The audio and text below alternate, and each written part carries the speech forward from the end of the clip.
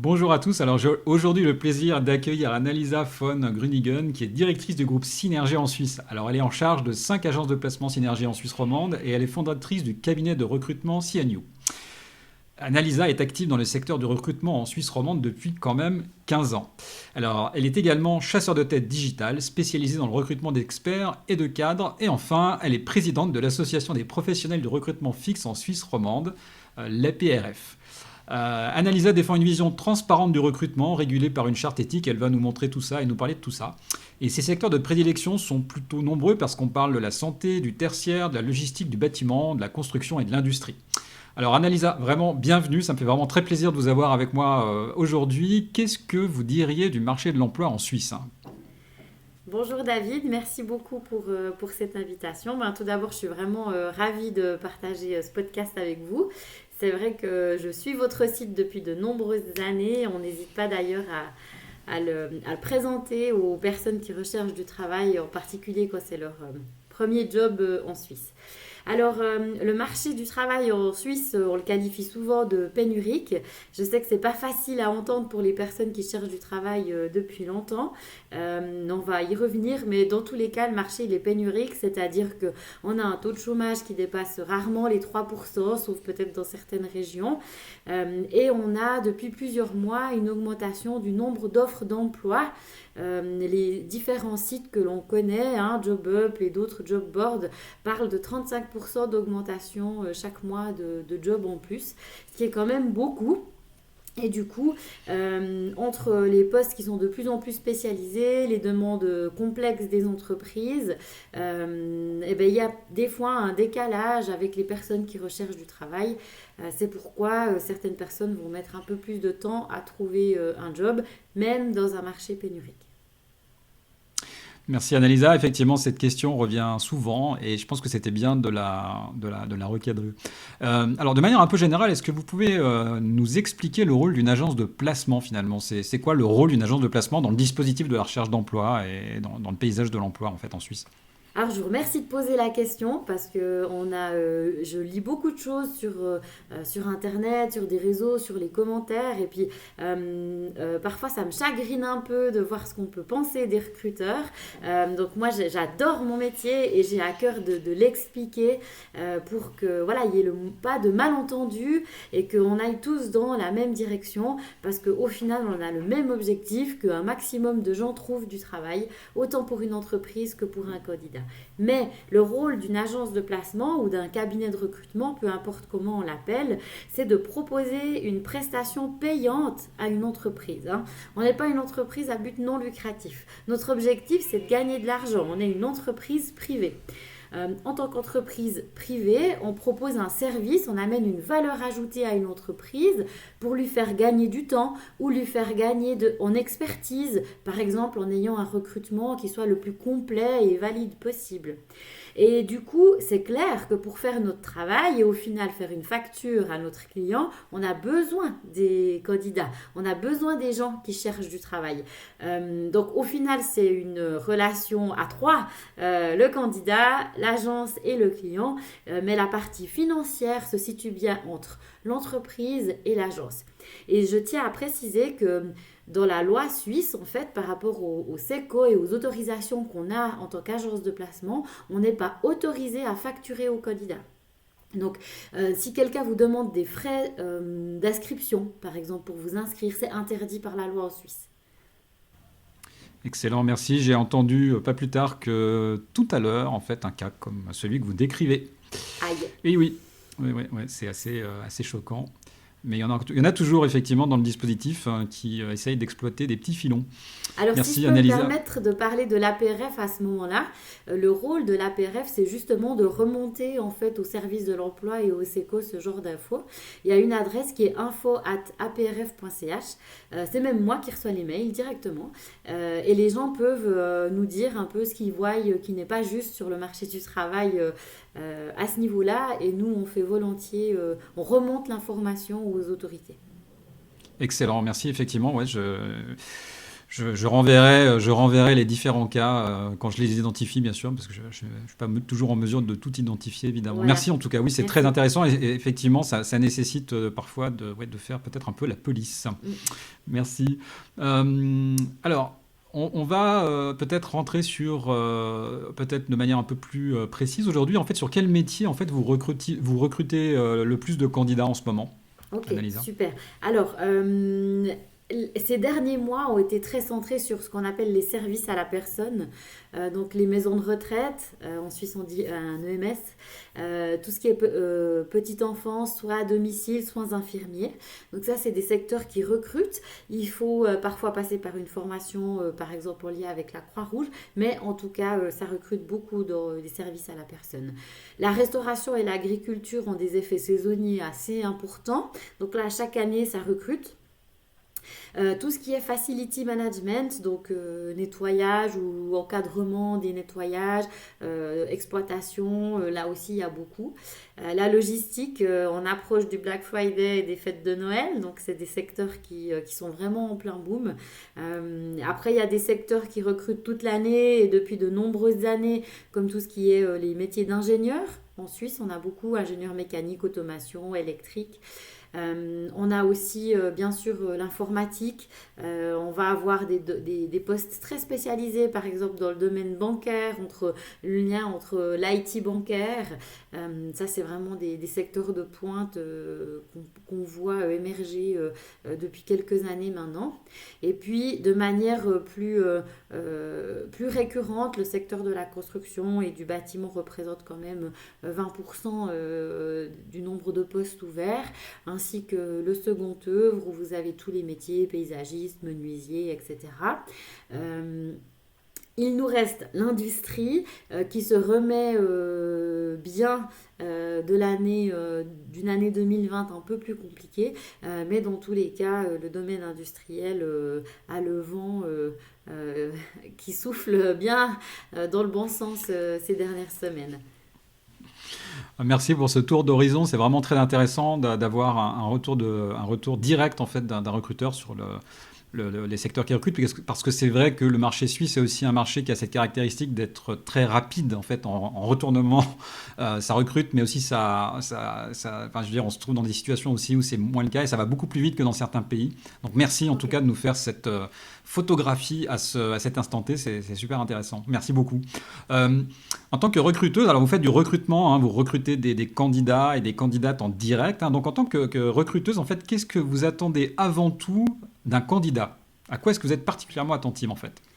Euh, je me suis préparée à cette question, David, pour tout vous dire, parce que c'est pas évident de trouver une réponse qui concerne l'ensemble des candidats, peu importe la région, les domaines, qu'on parle de placement fixe, c'est-à-dire où vous êtes engagé directement par l'entreprise, ou de placement temporaire.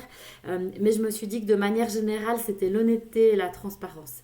On a besoin de créer un lien de confiance avec les personnes. Nous, on va s'engager pour eux. On va dire à notre client, écoutez, voyez-le, c'est une belle personne, elle a fait ci, elle a fait ça, elle a telle compétence. Donc on doit être sûr aussi qu'on s'engage pour quelqu'un qui nous a dit la vérité sur son parcours, sur sa motivation. Et ça, c'est vraiment le point, je pense, le plus important. Ça sert à rien de dire des choses qu'on n'a pas fait parce qu'à un moment donné, ça nous rattrape. Ça sert à rien de mettre une fausse adresse sur le CV. Voilà, toutes ces petites choses n'amènent pas à une relation de confiance.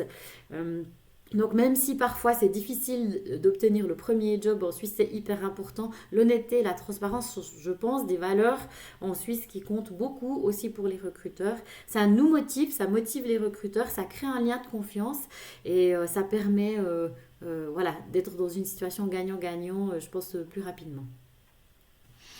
Merci Annalisa, ça me fait plaisir parce que c'est des facteurs qui aussi pour moi sont assez importants.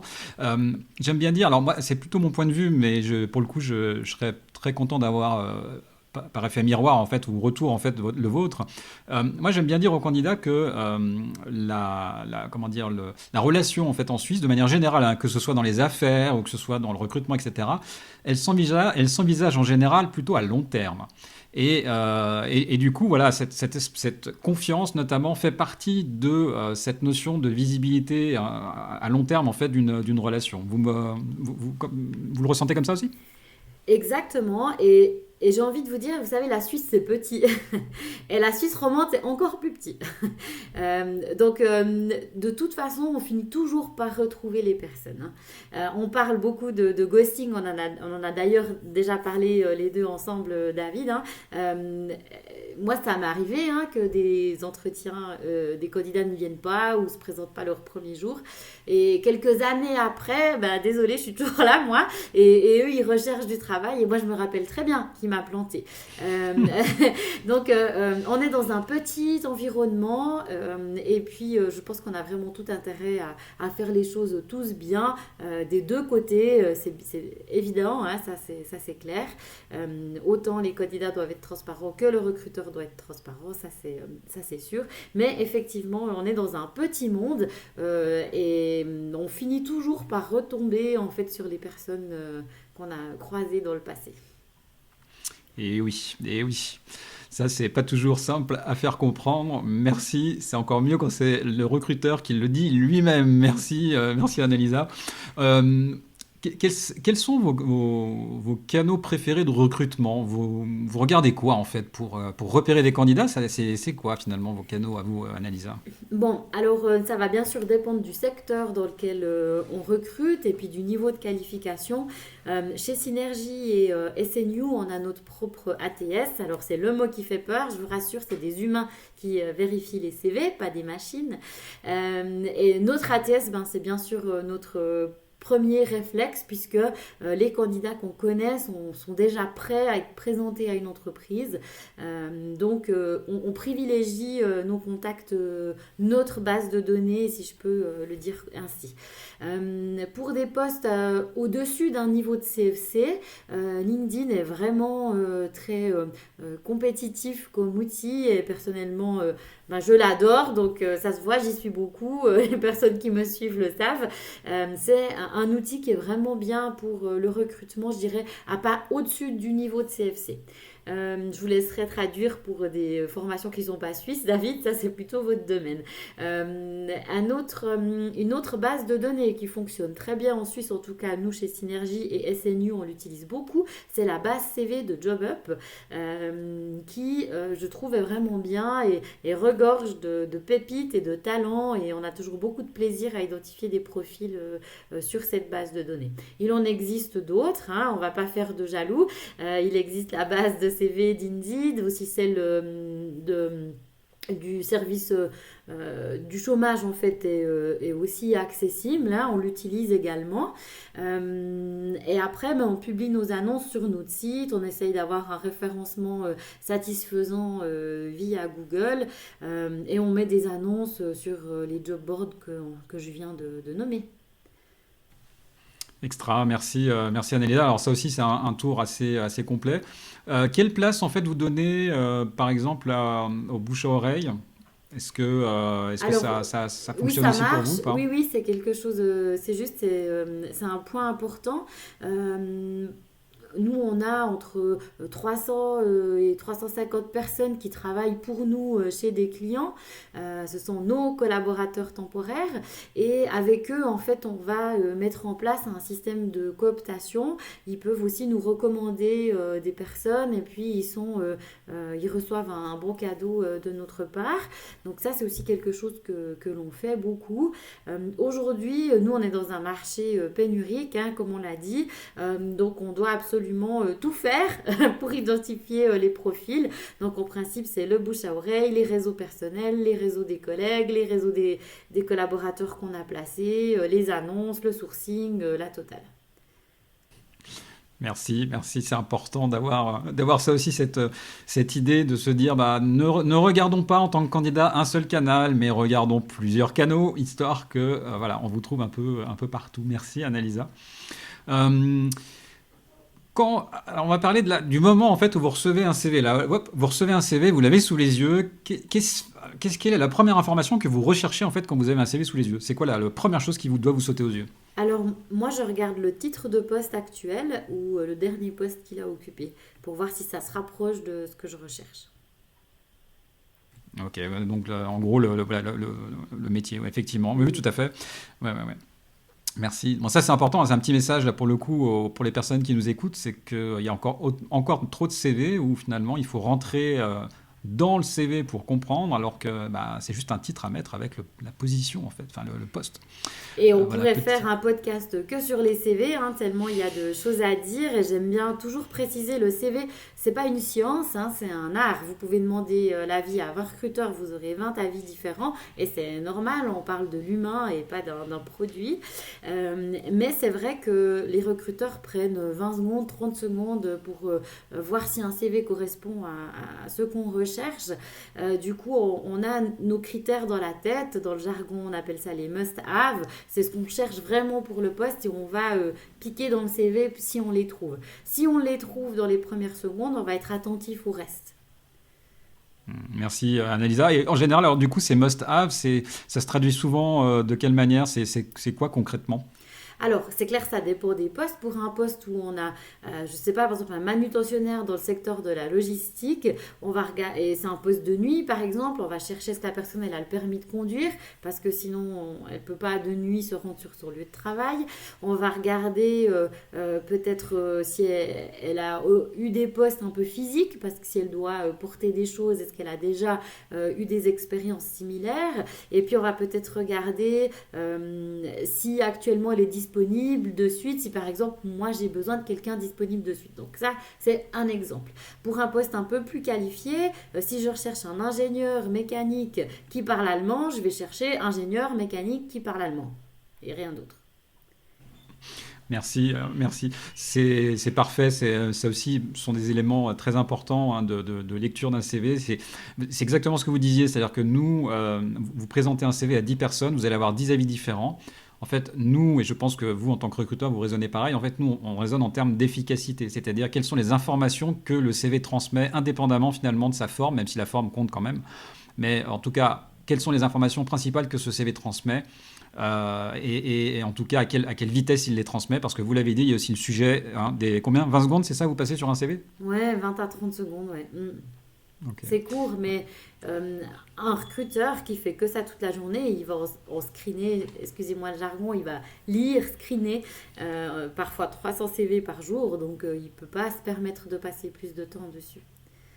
Alors moi, je vais le dire parce que, enfin, vous avez sûrement plus l'habitude, mais c'est vrai, quand moi j'ai fait du recrutement et qu'on passait des annonces, on avait parfois 200, 250 CV. Et moi, il m'est arrivé de gérer ça personnellement. Et ce que j'essaye aussi d'expliquer aux personnes, c'est que humainement, si vous voulez, quand vous recevez 250 CV, eh bien, vous allez accorder de manière naturelle une certaine forme d'attention, peut-être aux 10-15 premiers, peut-être les 20 premiers qui arrivent sous vos yeux. Mais en fait, très rapidement, quand vous voyez la masse, en fait, vous raisonnez plus en fait en termes de sélection, mais en termes de suppression. C'est-à-dire, vous n'essayez pas de voir ce qui va dans les prochains CV, mais plutôt ce qui ne va pas, pour pouvoir les supprimer. Alors, je ne sais pas si vous fonctionnez comme ça, mais en tout cas, moi, rapidement, j'ai compris que si je fonctionnais pas comme ça, j'aurais du mal. Et c'est vrai que c'est cruel, c'est vrai que c'est difficile, mais c'est la réalité du marché. Je sais pas, est-ce que ça vous arrive aussi?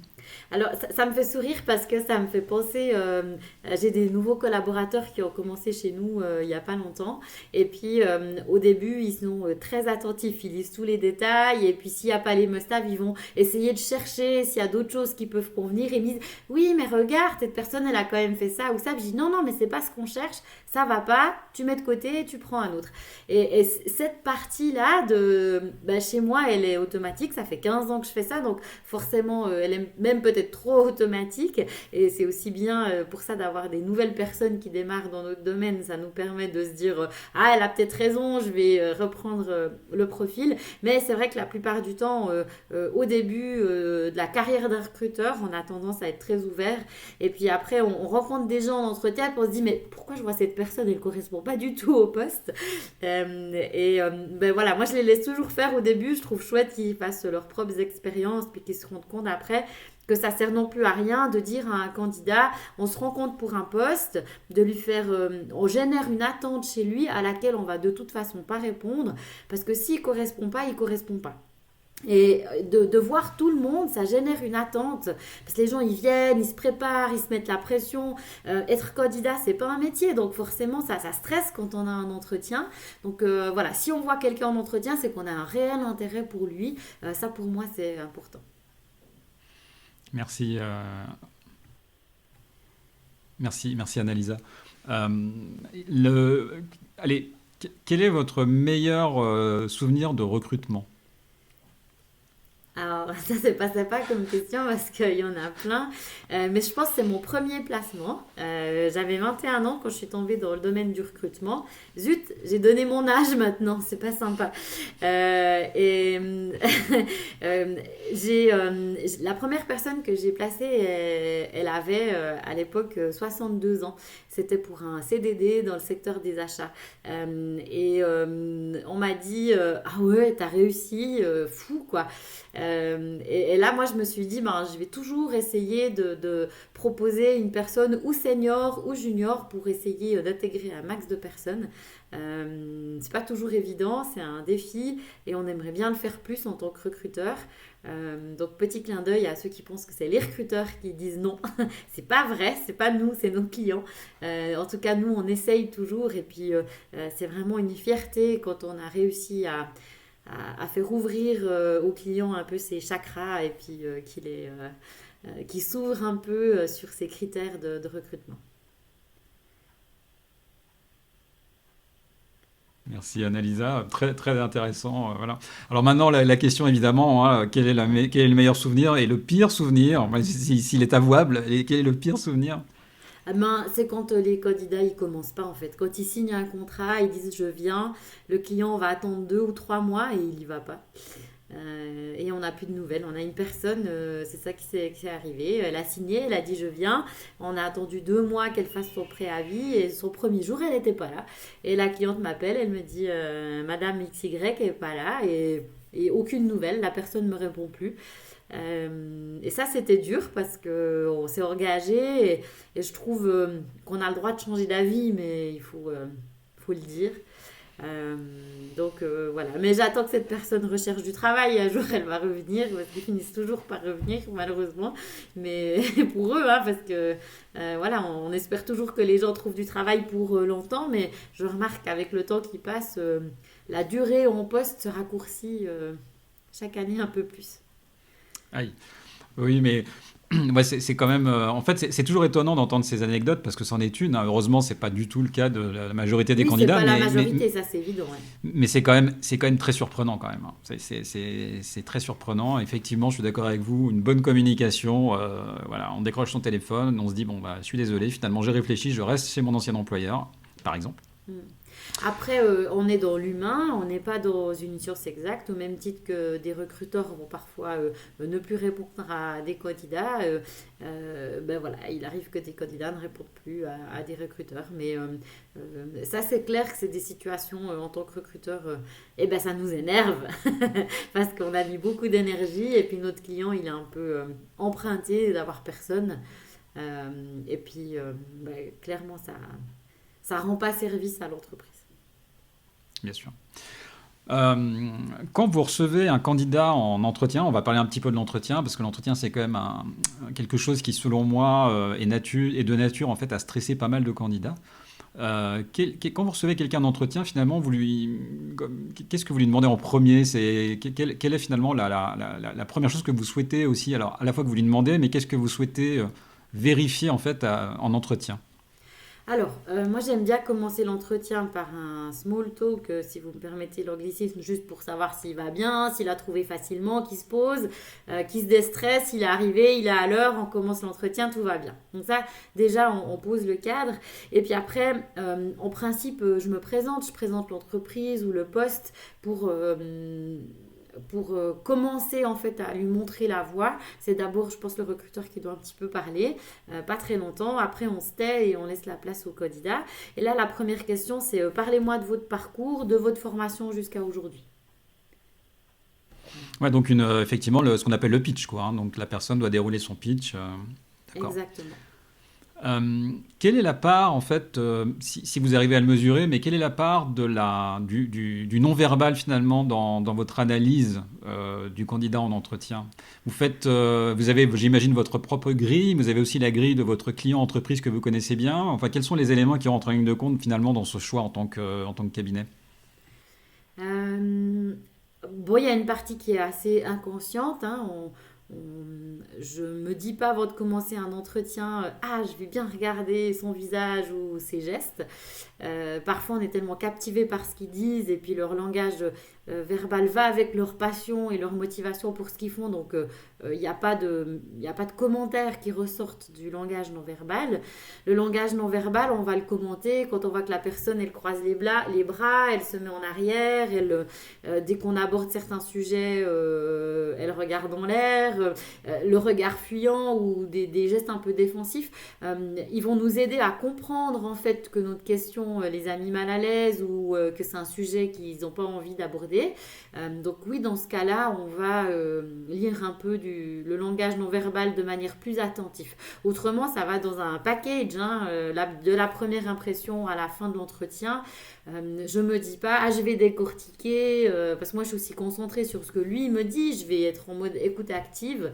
Et c'est des fois à la fin de l'entretien que je me dis, ah, mais tiens, c'est intéressant, il a fait tel geste, ou. Mais voilà, personnellement, j'essaye de ne pas avoir trop de biais, mais c'est sûr qu'on est humain, c'est pas zéro biais, c'est pas possible. Donc, on se concentre bien sur ce qu'il dit.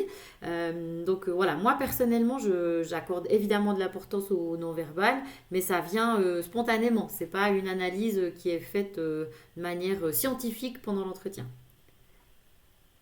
Merci Annalisa.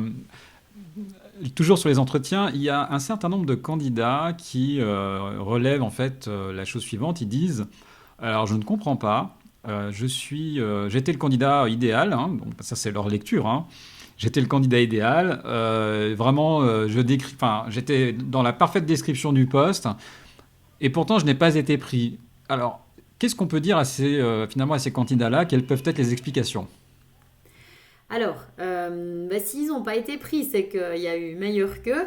Hein, déjà, désolé, mais c'est souvent le cas. Euh, Parfois, nous, on envoie une shortlist à notre client. On envoie un nombre défini de profils, entre 3 et 5, ça dépend un petit peu des cas. Parfois, c'est même moins, hein, parfois, on n'en a que deux. Et il y a toujours un qui correspond à tous les critères durs. La formation, l'expérience, hein, tout ce qu'on appelle les hard skills, et puis qui va correspondre à tout ça.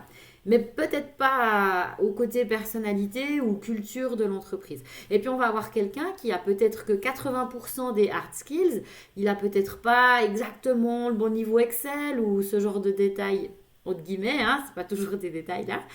Mais par contre, il match à fond sur la perso, c'est la culture aussi de l'entreprise. Et parfois, ça peut prendre le dessus. Ensuite, un candidat qui correspond au poste à 100%. Ça m'est déjà arrivé que des gens ne le prennent pas en disant dans 6 mois il va s'ennuyer, on est une petite boîte, on ne peut pas le faire évoluer.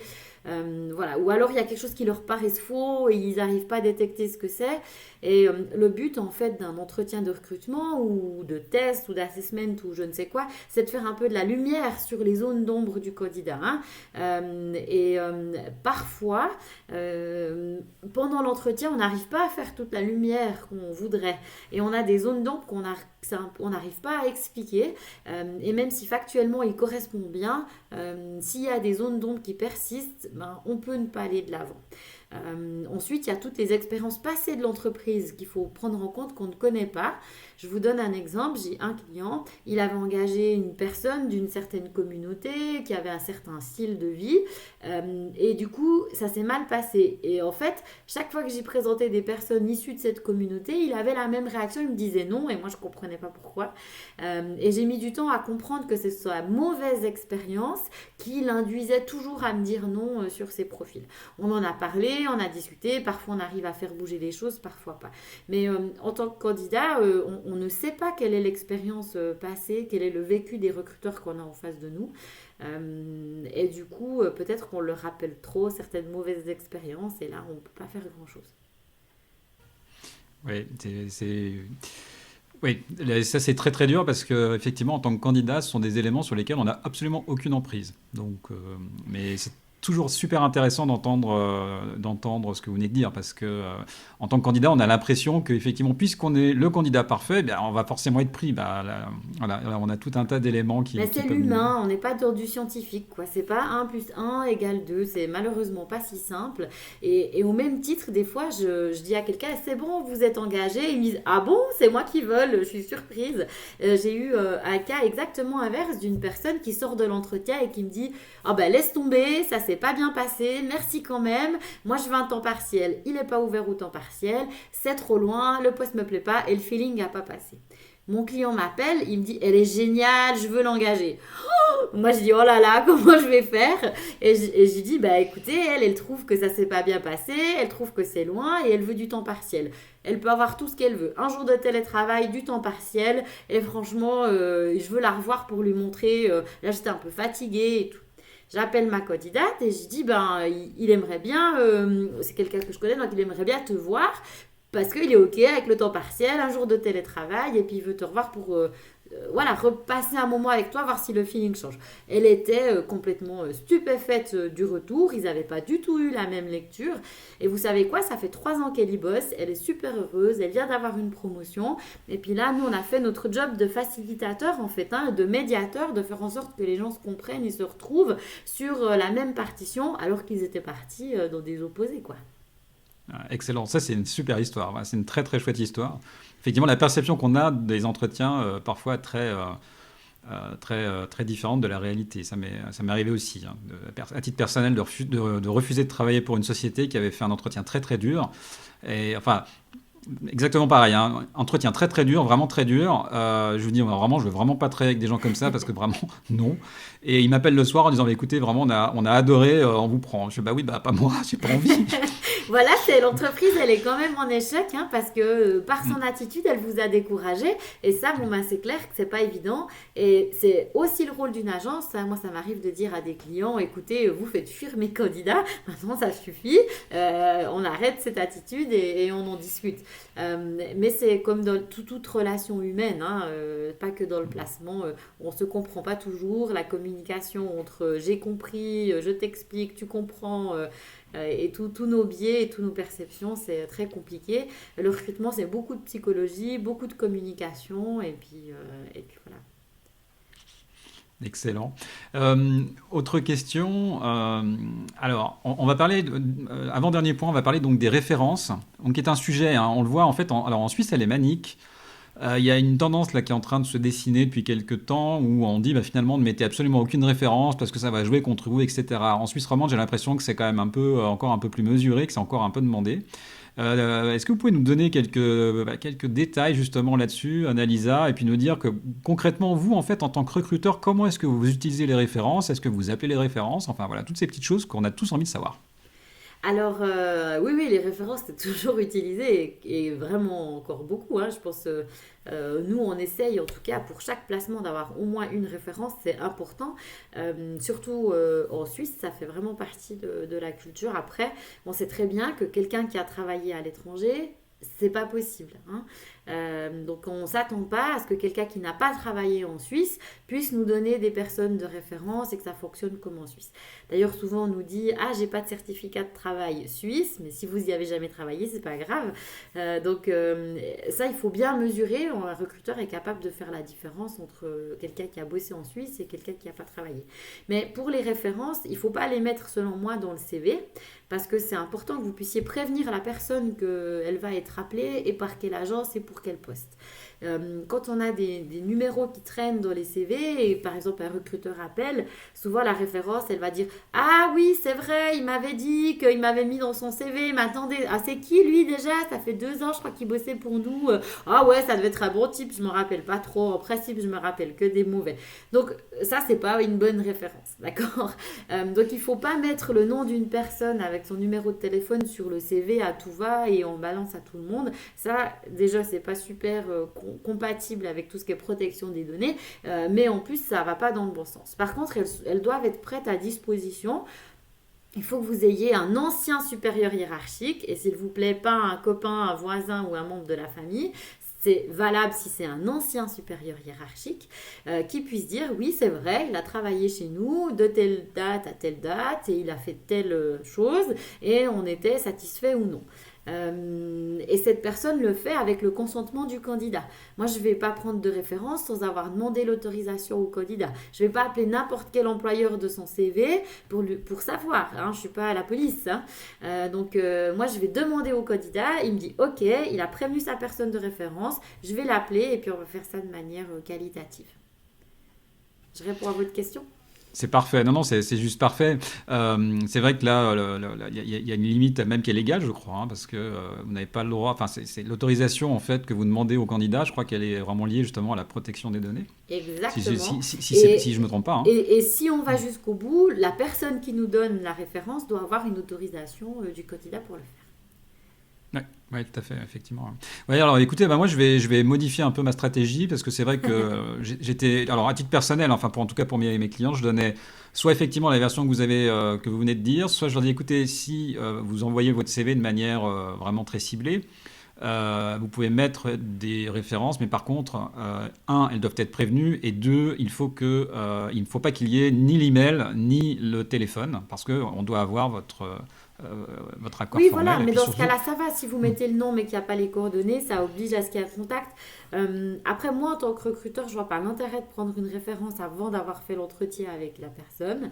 Je préfère d'abord m'assurer, discuter avec elle, et puis après, je peux échanger avec la personne de référence. Il est vrai que certains confrères vont tout de suite prendre des références, mais aujourd'hui, avec la pénurie de candidats, je verrais mal un recruteur ne pas prendre un dossier qui correspond et dire « Ah, il n'y a pas les références sur le CV, alors je ne le vois pas en entretien. » Ça, je crois que ce n'est pas possible. Hein. Si la personne, elle correspond, référence ou pas, on va la contacter. Ouais, c'est pas un critère filtrant en tout cas, bien sûr. Ouais, voilà, c'est ce que je pense. Ouais. Au même titre que la photo, on met ou pas une photo sur le CV. Si la photo, elle est pro, bien sûr, c'est pas filtrant. Si la photo est pas bonne, ça peut être filtrant. Mais si la photo, elle est pro, c'est pas filtrant. Et s'il n'y a pas de photo, c'est pas filtrant non plus. Hein. S'il correspond à ce que je recherche, qu'il n'ait pas mis sa photo, moi je m'en fiche. Et s'il l'a mis, moi je préfère parce que je fais mon métier pour le côté humain. J'aime bien me rendre compte de la tête de la personne. C'est pour ça que je dis toujours aux candidats quand ils recherchent du travail, allez vous présenter, passez dans les agences, appelez, demandez des entretiens. Il faut pousser pour qu'on puisse vous rencontrer personnellement parce que ce qui fait la différence, c'est nous et notre propre énergie. Et si on n'arrive pas à la passer au recruteur, on reste un nom parmi plein d'autres. Ouais, merci beaucoup. Je me bats aussi beaucoup sur la photo, l'aspect visuel, enfin tout ce qui relève du personal branding. Effectivement, merci Annalisa, c'est très très intéressant. Allez, on va finir par une dernière question. Quel conseil vous donneriez à un candidat qui souhaite passer par votre intermédiaire? Donc, finalement, là, voilà, c'est une espèce de petite question qui va un peu chapeau là. C'est quoi les principaux conseils que vous donneriez à un candidat là pour réussir en fait chez Synergy et CNU? SNU, si j'ose vous pardon, corriger, vous m'en voudrez pas, c'est le S de Synergie, Synergie NU, SNU. Mais c'est pas grave. Je suis désolée. Non, c'est pas grave. J'ai toujours dit ça en plus, je suis désolée. Comme ça, tout le monde aura bien entendu que c'est pas CNU, mais SNU. Et comme ça, ça pourra... faire office de correction. C'était quoi la question? Ah oui, qu'est-ce qu'il faut faire pour être chez CNU ou Synergie? Et puis, alors, j'ai un coach une fois qui m'a dit la façon de faire une chose, c'est la façon de faire toutes les choses. Je trouve ça très intéressant parce que quand une personne qui recherche du travail communique avec nous de manière motivée, agréable, déterminée et puis courtoise, on va se dire qu'il va être comme ça chez nos clients, que ça va être un bon ambassadeur. Et quelqu'un qui est avec nous un peu agressif, pas très sympa, demandeur, hyper exigeant et puis qui en a marre de ses recherches d'emploi, qui est négatif, comment nous on peut se dire qu'il sera un bon ambassadeur chez nos clients? En fait, c'est difficile. Hein. Donc la façon de faire une chose, c'est la façon de faire toutes les choses. Soyez avec une agence de placement comme vous le seriez avec un nouvel employeur, ce qui vous permettra de vous montrer de la même manière et ça permettra à Synergie et à SNU de vous vendre comme vous êtes, courtois, positif et tout ce qu'il y a de bon en vous. Merci. Voilà. Et soyez authentique. Oui. Merci Annalisa. C'est vraiment, en tout cas, très intéressant. Je vous remercie infiniment. Moi, j'ai bien remarqué quelque chose, en tout cas vous concernant. C'est vraiment ce côté très humain qui ressort. Et ça, on le voit vraiment. On a souvent tendance, en fait, en tant que candidat, à se faire un peu une idée du recruteur. Quelqu'un un peu distant, quelqu'un qui est là pour vous juger, quelqu'un qui est là même peut-être pour vous sanctionner, parce que finalement, il y a encore beaucoup de gens qui le pensent. Et j'apprécie beaucoup en fait ce discours qui montre que justement, en tout cas c'est ma perception, il y a un vrai côté humain chez vous, et j'imagine, puisque vous dirigez les équipes Synergie et SNU, que eh bien, c'est quelque chose en tout cas, qui se diffuse aussi au sein de vos équipes. Merci Ben, en beaucoup, tout cas, Annalisa. on y travaille, merci beaucoup. Et puis, l'erreur est humaine, hein, tout le monde, et les recruteurs aussi, sont pas tous les jours de bonne humeur et on fait pas tout le temps bien notre travail. Mais si on est recruteur, c'est parce qu'on aime profondément les gens, qu'on a envie d'en savoir plus sur eux. D'ailleurs, il est pas rare que les recruteurs bossent tous les week-ends. Quand ils voient leurs copains, ah, tu fais quoi toi déjà? C'est quoi ton job? C'est quoi ta formation? Une fois qu'on rentre dans le domaine du recrutement, on n'arrête pas de poser des questions aux gens sur leur travail. C'est insupportable pour les conjoints. Euh, mais c'est vrai que c'est un métier passion. On a de la chance, on a un métier passion. C'est vraiment quelque chose qu'on fait avec beaucoup d'entrain. En tout cas, si on tient plusieurs années comme moi. Merci beaucoup Annelisa, ça se ressent en tout cas, ça se ressent même beaucoup. Écoutez, c'était un plaisir en tout cas de vous avoir. Moi j'invite alors tous les candidats qui nous écoutent eh bien, à prendre contact avec vous. Ils vont vous trouver facilement sur LinkedIn ou dans la description de ce podcast. Ils pourront aussi vous trouver dans les agences Synergie Suisse en tout cas et SNU. Voilà pour, je pense, prendre un contact. En tout cas, moi ça m'a donné Avec vraiment plaisir. envie. Ça m'a donné Merci. vraiment envie et j'imagine que je ne suis pas le seul en tout cas. Merci beaucoup. Je vous souhaite en tout cas une excellente après-midi et je vous dis à très bientôt. Merci, à bientôt et bon courage à toutes les personnes aussi qui recherchent du travail. Merci, au Merci, au revoir. revoir.